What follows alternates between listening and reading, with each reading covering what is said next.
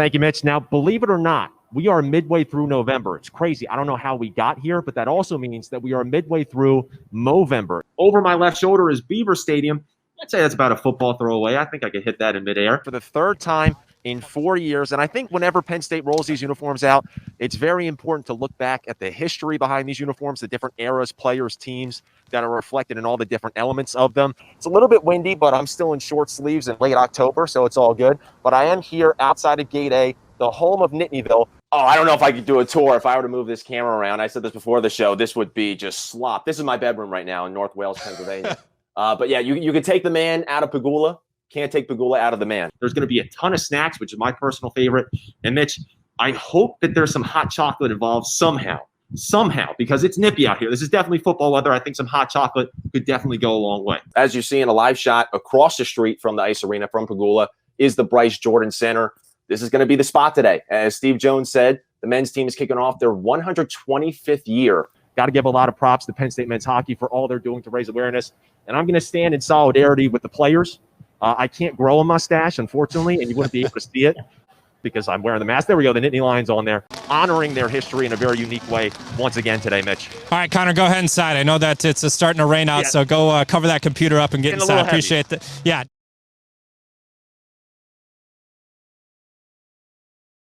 Well, it's a very exciting time here in the Low Country as it marks the first day of high school football practices. And as you can see behind me, the First Baptist Hurricanes, they're getting after it in preparation for their first game of the season in 3 weeks. And star wideout Sincere Brown says that the rest of the Low Country should be put on notice because this team's Hurricane season, it's coming. Last week, the tennis world was taken by storm when 15-year-old Coco Gauff upset Venus Williams in the first round at Wimbledon. Gauff ends up getting the smash, and she follows it up with a little bit of a celebration. She is feeling it. And look at the fans outside, too. Everybody is cuckoo for Coco. Clemson and South Carolina might have wrapped up their media days last week, but thankfully we've got another opportunity to talk some college football. You see, by tagging Clowney as a linebacker, Houston actually saves nearly $2 million a year.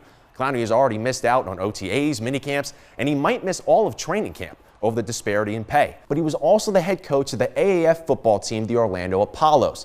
That is, of course, until the league folded and went bankrupt after a whopping 8 weeks. Last year, PG averaged almost 32 points a game, scoring over 40 points on 5 separate occasions.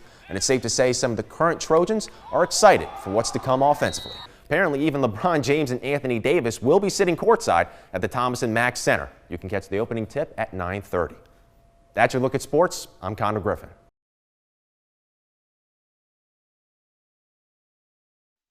An NBA All-Star, a $178 million man, and now retired to never be worn by a basketball player here at Porter-Gaud School. The first player in Porter-Gaud School history to have their jersey retired. Milwaukee Buck and former Cyclone standout Khris Middleton was back at his alma mater Wednesday for this very special occasion. To celebrate, my jersey here and have family, friends from all over definitely means the world to me. He sacrificed, he's worked hard, and he's done what he needed to do to get where he is now. When he got here to the school as a small little 7th grade, he was very weak, he was frail, and to see what he's doing now is really amazing. Today, the words weak and frail probably don't come to mind when you look at the 6'8" guard. But despite the fact that his physicality has certainly changed, along with his lifestyle as a whole, his longtime peers will tell you he's the same exact guy. He's still humble. He's still Khris. He doesn't pretend like he's this guy that's a superstar athlete. He's very successful, ultra successful, and he comes back and he's just one of us. Middleton does make a point of coming home often, and when he does, he enjoys mentoring the next generation of Low Country stars, including Porter-Gaud's own Aaron Naismith and Josiah James. The last couple of summers I've been here working with them, they've been working with me. We teach each other. It's a brotherhood here. And it doesn't even have to be Josiah and Aaron. It could be any kid that's interested in basketball. He will do things with them and help them. And while Middleton's time in the Low Country may be limited due to his day job in Milwaukee, he can now serve as a permanent reminder to Charleston's aspiring athletes that nothing is too far out of reach. From Porter-Gaud, I'm Connor Griffin. Count on 2 Sports. The last domino in the sports world has fallen. Even though March Madness, the Masters, and all major professional leagues have already been canceled or postponed, American sports fans could still hold out hope that the 2020 Summer Olympics would play out as scheduled. Of course, that hope disappeared this afternoon when an International Olympic Committee member told USA Today that the games will be postponed, most likely until 2021. The IOC is yet to make an official announcement, but it's expected that they'll spend the next 4 weeks determining the parameters of the situation, and IOC President Thomas Bach has stated that canceling the games altogether has been ruled out by the rest of the committee. Regardless, the host city of Tokyo would face $6 billion in economic losses if the games don't proceed as planned. The Summer Olympics have been canceled in the past during times of war, but this would mark the first time in history that the games have been suspended. As we continue on in this unprecedented era for sports and for mankind, I'm Griffin.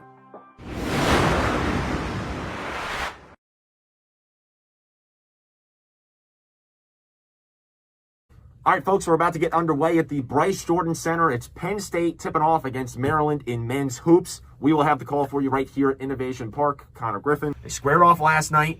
Penn State came away with a 5-2 loss, gave up 4 unanswered goals in that one. It was their first game back in 34 days. This is a program that's experienced COVID cancellation, COVID postponement again and again and again. He is a very mobile big man. He runs a lot around all of that free space inside the arc. And if you're Penn State, you're going to have to keep up with them. And you're definitely going to have to avoid fouling because who knows what the depth of Penn State is going to be like today. Obviously, they had the COVID situation. We don't know how many guys are going to be available. Last game, yes, they were going up against Travion Williams, one of the best players in the Big Ten, but Purdue was definitely able to feast down low. Rebounding is another key in this one. Maryland has won the last 17 games where they've won the rebounding battle. Keep your eye on that. So could be a nice opportunity for Penn State to feel this team out once again, leading into that big-time matchup next weekend. So we'll have the call for you here today. Penn State men's ice hockey right here on CommRadio. As it's Ayala who drives against 2 Penn State defenders, gets inside, right inside the restricted circle.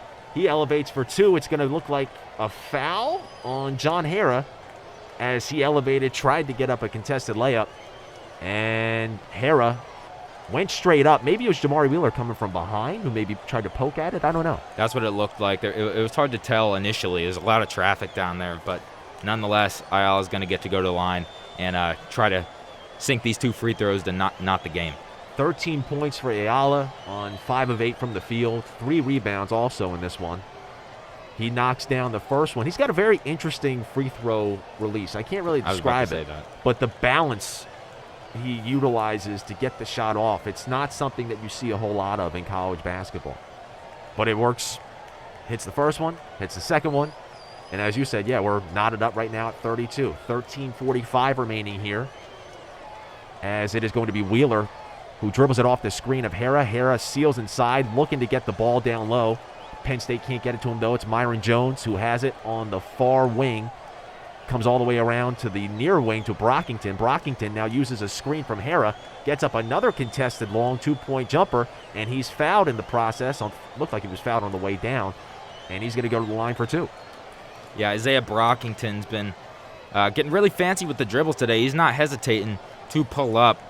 He's knocked down a couple of those, and right there, didn't go in, but he's going to get a chance to earn his points at the line. Yeah, Marcel looked like got a hand on the release, and he also landed in the landing zone of Brockington. It was not a clean trip down for Brockington. He knocks down the first one. It's going to be 33-32 Penn State with exactly 13:30 remaining. And, yeah, you could see that Marcel is making his case to the referee, even pulled down his face mask to fully explain to the ref why that was not a foul. Nonetheless, Brockington connects on the second one as well, so it's going to be 34-32 Penn State as Myron Jones now comes off the floor for the Nittany Lions. Something else to note, Penn State's in the bonus already here with 13:30 remaining. Maryland's committed 7 fouls, to Penn State's 4. So that could be, like we talked about at the halftime show, Penn State trying to get to the line. Maryland's allowing them to do that by fouling them. That's a very good point. Ayala has it from Smart, and now it's going to be Marcel. After making this case to the referees, he dishes it off to Wiggins. Wiggins with a nice move to get past Dredd, and he can't connect on the layup, but on the tip-in, Maryland gets it to go. It's going to be 34-34. with under 13 here to play, as Jamari Wheeler on the opposite end of the floor, getting some pressure put on him at the top of the key. He has to get it off to Brockington. Brockington reverses it to Sessoms. Sessoms, a little bit of a hesitation, gets inside the arc, but has to push it back out to the top of the key to Wheeler. And now it's Brockington who has it.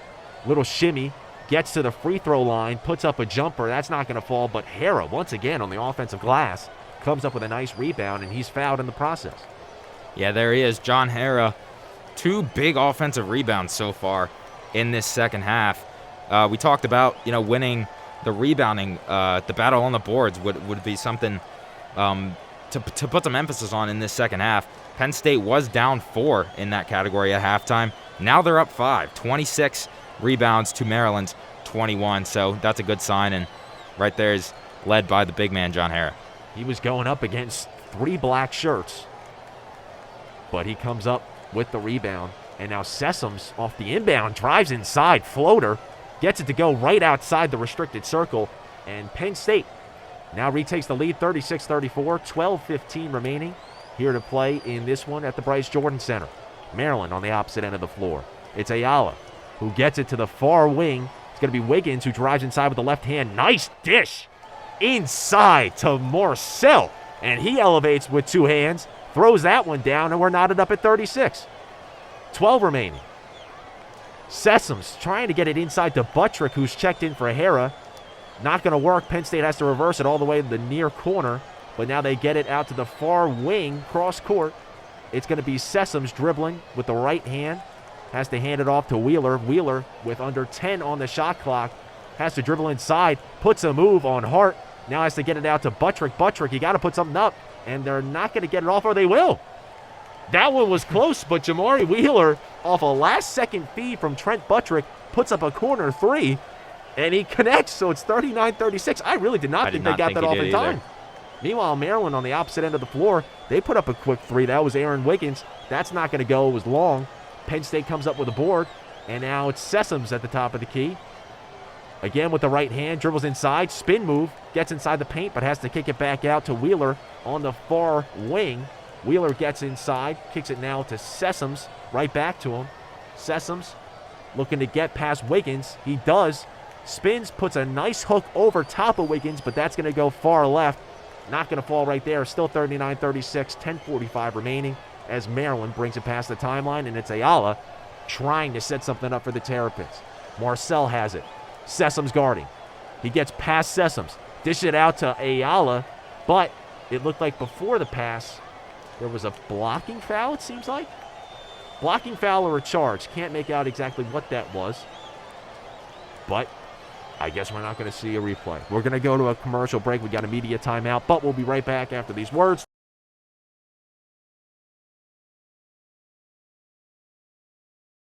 In storytelling, there's a general plot structure. We all know this, right? We were all taught this in elementary school or middle school, whatever the case may be. But we know that there's an exposition where you meet the main character. There's a rising action where that main character faces challenges. There's the climax where the main character solidifies themselves in the story by overcoming those challenges, usually in a defining moment of triumph. Then there's a falling action where the events kind of settle down, and then we get to the conclusion. That's almost every single book, almost every single movie, and you can apply this model to the careers of NBA players. For Kobe Bryant, the climax, the peak of his career came in 2010 when he beat the Boston Celtics, avenging the loss from 2 years prior in order to win himself his 5th ring. That was his 14th year in the league. For Michael Jordan, that climax came in 1998, the repeat. He won his 6th ring. That was in his 13th year in the league. LeBron James, using this model and using these 2 careers as a metric, Kobe Bryant, Michael Jordan, you could pick a bunch of other NBA stars, these legends of the game. It'd be something very similar. Using those metrics, LeBron James's peak came in 2016 when he beat the Golden State Warriors in his 13th year in the league, just like Michael Jordan. And everything since then has been the falling action.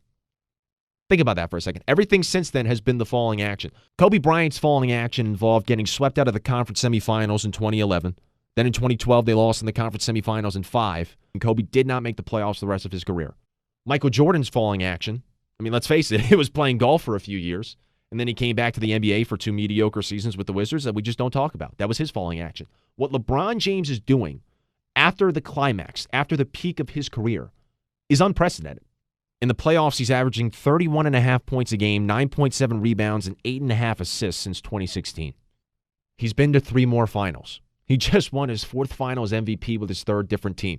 He probably had the most efficient postseason that he's ever had in his career. And oh yeah, they're favored to win it again next season. This is not a knock against Michael Jordan or Kobe Bryant or really any other great NBA legend. I mean, it's not. What happened in the tail end of their careers is normal.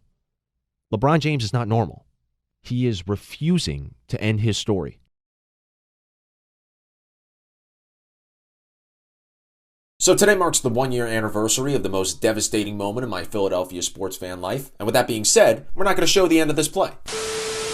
But for some reason, I decided to relive that heartbreak and watch that game over today. And I realized that even though we had the far more talented roster and arguably one of the top starting lineups in the league, we really didn't deserve to win that game, let alone that series. And I kind of found peace in that. And I'll show you exactly what I'm talking about. I haven't seen anybody really go in depth about this, so I'm going to do it a year later. To get things started, Kawhi is going to follow up an offensive board with a short jumper. And look how many Sixers have a foot in the paint. Oh, right, it's all of them. You have 3 Sixers alone inside the restricted area. How in the world does Kyle Lowry, of all people, get this rebound? And to make this play worse, I'll zoom in on Ben Simmons as the Raptors try to kick the ball out. You're going to pass it to Serge? Okay, I got you. You passed it to Kawhi, didn't you? Darn. Well, we'll get him next time. Speaking of Simmons, he tries to make this lazy one-handed pass. Van Vliet comes up with it, but Embiid, whose effort had been questionable this entire series, actually gets back and makes a solid defensive play. And what does Ben do to thank Joel for saving his butt? He lets Kyle Lowry steal the rebound from him, and he forces Joel Embiid to exert even more energy as he just chills on the baseline. Next up, the Raptors actually do a very nice job of working the ball around the perimeter. Lowry gets an open look, and while this is going on, Ben Simmons gets pushed to the other side of the lane by Serge Ibaka, who he's supposed to be boxing out. Ibaka comes up with a wide open tip in, misses it, but surrounded by 3 Sixers, he finds a way to knock the rebound out, and of course Kawhi is waiting to step into a wide open 3 up top. And the best part is, if Kawhi had missed that shot, Simmons was ball watching and didn't box out Pascal Siakam, who had a completely clear path to the basket to secure that rebound. Last play, less than a minute to go in the game, Sixers down by 3. Ben Simmons is guarding Ibaka on the baseline, but just like the last play, he's going to be ball watching. He's not even going to notice that Ibaka slips to the other side of the basket and seals Embiid to get the inside position for the rebound. Embiid's man, Siakam, is then going to sandwich Embiid in, so there's no way Joel is getting this rebound. Sure enough, Ibaka gets an easy board, pulls it back out. After some chaos and some crucial ticks off the game clock, Nick Nurse is able to call a timeout, and because they couldn't secure the defensive rebound, the Sixers blow a prime 2-for-1 opportunity where they can end the game with the ball and a chance to win the series.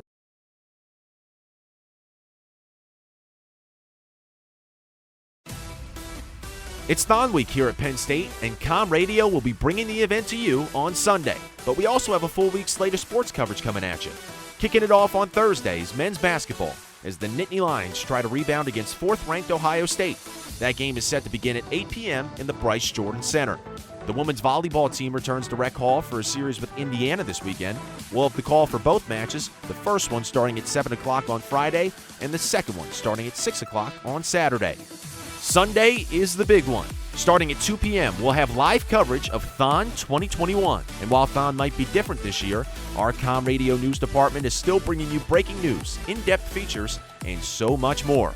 Right after Thon, we'll have the call for Penn State men's basketball once again when the Nittany Lions take on Luka Garza and the Iowa Hawkeyes. Tip-off is at 5 o'clock. It's going to be a fun week, and you won't want to miss a single second of it on CommRadio. News, sports, talk.